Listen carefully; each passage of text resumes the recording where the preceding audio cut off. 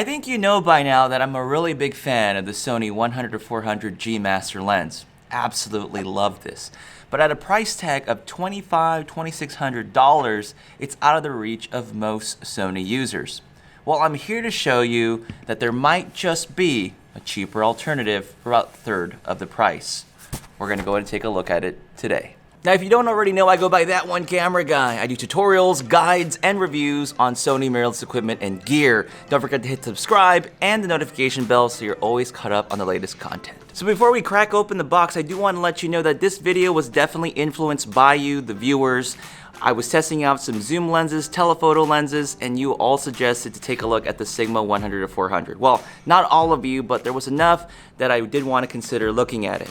Because yes, the 100-400 is a really nice lens, but you gotta remember everyone has a different budget, and this lens actually comes in at about a third of the price at about 800 US bucks. Unfortunately, I'm a little bit limited on sporting environments and games today. I'll have to wait till the weekend to be able to test out this lens, but I want to get a video out for you. So I'm only going to be doing some basic sharpness tests and some image tests inside of this room, and maybe outside. But without further ado, let's go ahead and take a look at the box that I picked up from Lens Rental.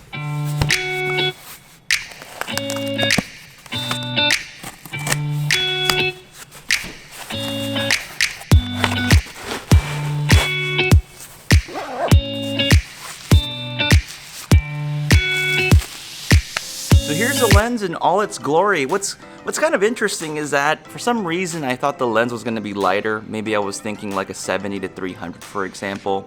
But let's go over some of the switches and dials or whatever it is that's on here.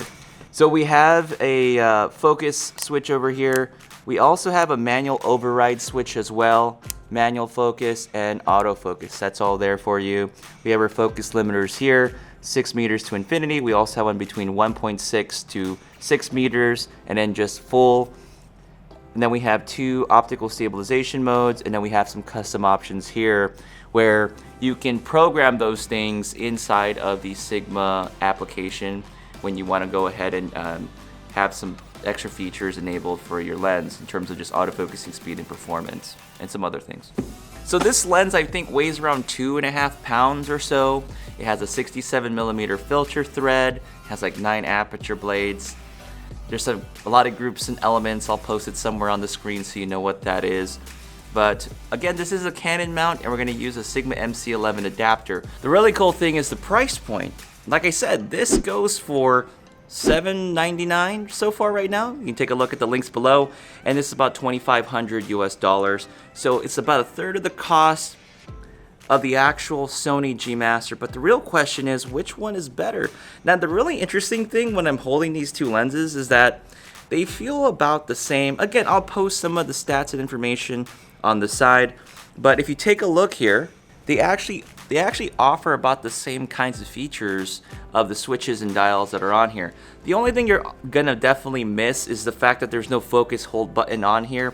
So if it's not a big deal for you, it shouldn't be an issue. I mean, you're only paying a third of the actual cost. But the real question is, how's it gonna perform being adapted to Sony mirrorless? Alright, so I just went ahead and finished off doing some basic testing or shooting the sidewall right there. It's not a good example, it's not perfect, but it's hopefully just enough to sort of give you an idea of sort of the sharpness on these lenses. Like I said, I will try to snap a few photos with the Sigma 100-400, so I can throw those in here so you can see how they look. But in terms of just sharpness, you'll have to see it as it is. I'll definitely pull it up on the computer and we'll find out a little bit more about how that looks. So I just got done shooting a little bit with the Sony 100-400 Sigma. I was actually using the Sony a7RIII, and you've already got a chance to see some of the image examples.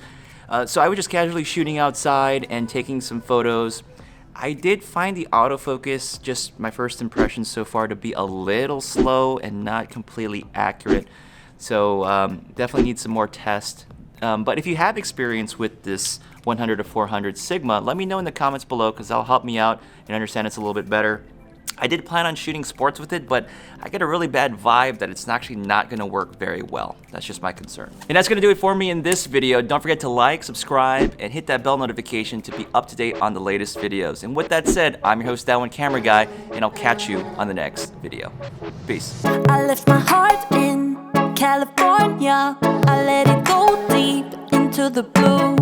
I could be happy in California. I would be fine with just me and you. Now don't go changing